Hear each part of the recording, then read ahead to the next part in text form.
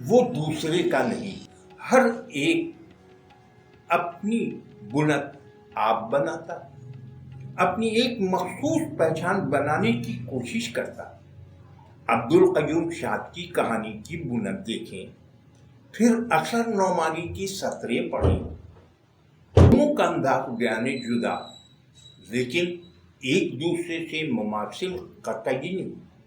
دونوں کا انداز تحریر الگ مگر دونوں کی تحریر میں غضب کی جذبیت، اور یہ جذبیت ایک دن میں نہیں آتی، مسلسل لکھنے سے آتی ہے۔ لیکن کوئی رہنما بھی ہو جو انہیں بتائے تو یہ قابلیت وقت سے بھی پہلے آ جاتی ہے۔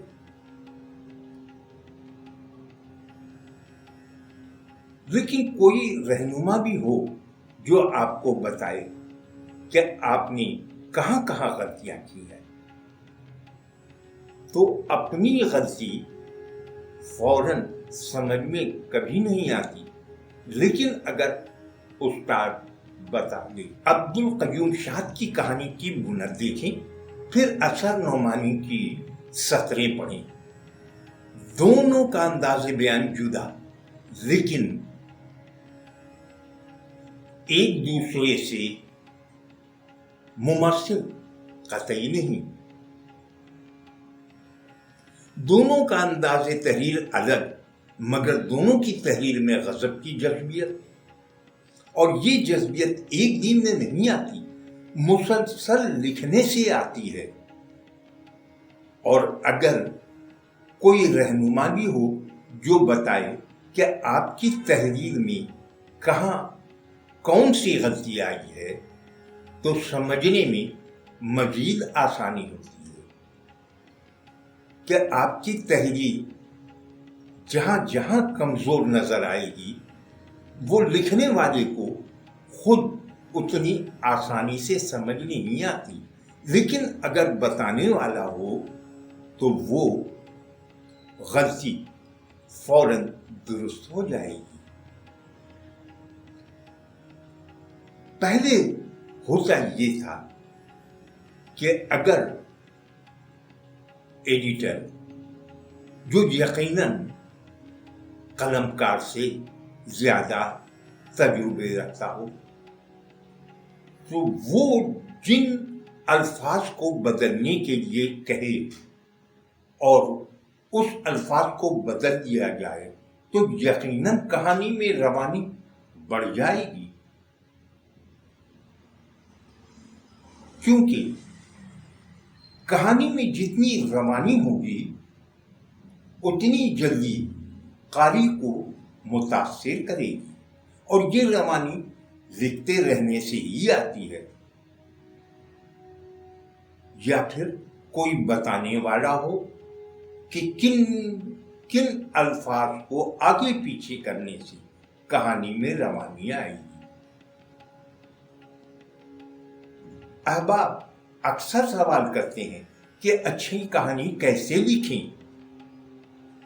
تو جناب یاد رکھیں، کہانی کوئی نئی چیز تو ہے نہیں، خود بیتی جگ بیتی کو سنانا ہی کہانی ہے۔ فرق ہے تو بس انداز تحریر کا۔ کہانی ہے، کہانی جتنے بہتر انداز میں آپ پیش کریں گے لوگوں کو اتنی زیادہ پسند آئے گی۔ کہانی میں جتنی بے ساختگی ہوگی، روانی ہوگی تو پڑھنے والے کو اتنا ہی مزہ آئے گا۔ بعض بڑے قلمکاروں کی کہانیاں پڑھیں، کہانی میں کوئی خاص پلاٹ نہیں لیکن آپ پڑھتے چلے جائیں گے۔ وجہ یہ ہے کہ کہانی کی بنیاد اعلیٰ ہے۔ کہانی میں جتنے خوبصورت جملے ہوں گے قاری اتنا ہی محظوظ ہوگا۔ ابھی ایک دوست نے فون پر پوچھا ہے کہ کہانی کیا ہے؟ اس سوال کا جواب ہم جب اساتذہ کی تحریروں میں ڈھونڈتے ہیں تو سمجھ آتا ہے کہ کہانی لکھنا اتنا بھی آسان نہیں۔ منشی پریم چند لکھتے ہیں کہ کہانی دروپد کی تان ہے، یعنی کہ اس میں ایسی خوبصورتی ہو جو قاری کو اپنے سحر میں لے لے، مگر ایسی سحر آفرین کہانی تیار کیسے ہو؟ اس نکتے کو آسان الفاظ میں یوں کہہ سکتے ہیں کہ کہانی کو ہم 5 حصوں میں تقسیم کر سکتے ہیں۔ پہلا نکتہ، کہانی لکھنے کے لیے ضروری ہے کہ آپ پہلے یہ سوچ لیں کہ آپ کو لکھنا کیا ہے، کس قسم کی کہانی ہوگی، کہانی کا مقصد کیا ہے۔ دوسرا نکتہ، کہانی کے کردار، آپ جن کرداروں کو سامنے لانا چاہتے ہیں ان کرداروں کو آپ سجائیں۔ جب تک آپ کہانی کے کرداروں کو مضبوط نہیں کریں گے، کہانی میں جان نہیں آئے گی، اس لیے کہ کردار کی لفظی تصویر کشی ہی قاری کو شہر کا اسیر بناتی ہے۔ تیسرا نکتہ، کہانی کا ماحول بنانا بہت ضروری ہے تاکہ پڑھنے والے کا ذہن ایک نکتے پر مرکوز ہو جائے۔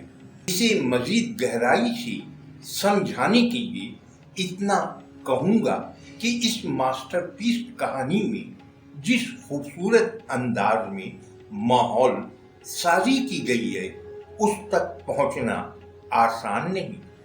اگر آپ نے اس جیسا نہیں تو اس سے کم ہی صحیح مگر ماحول بنانے کی پوری کوشش کریں۔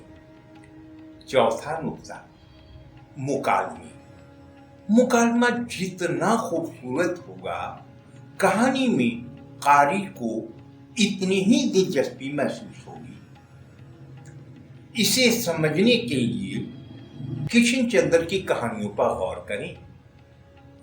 اس دور کے تمام کہانی کار مکالمے پر بھرپور توجہ دیتے تھے۔ محی الدین نواب کی کہانیوں پر غور کریں، یہ تو ابھی کی بات ہے نا۔ دیکھیں مکالمے کس طرح سجاتے تھے۔ احمد اقبال کے مکالموں پر توجہ دیں، بے ساختگی بھرے مکالمے نظر آئیں گی۔ پانچواں نکتہ، انداز بیان پر بھی توجہ دینی چاہیے۔ یہ باتیں اساتذہ کی بتائی ہوئی ہیں، لیکن آج کے دور میں بھی اسے آزمایا جاتا ہے۔ اوپر بیان کردہ نکتوں کو سمجھانے کے لیے بتاتا چلوں کہ اگر آپ بالکل نئے ہیں تو آپ کو چاہیے کہ پہلے کہانی کا خلاصہ لکھ لیں۔ اس خلاصہ پر غور کریں کہ اس کہانی میں اور کچھ تو شامل نہیں کرنا ہے۔ پھر اس کہانی میں منظرنامہ یعنی ماحول کی عکاسی کرنا شروع کر دیں۔ اس کے لیے آپ کو پہلے سے معلومات جمع کر لینا ضروری ہے۔ آج کے لیے اتنا ہی کافی ہے، ورنہ ویڈیو لمبی بن جائے گی۔ اگلے حصے کا انتظار کریں۔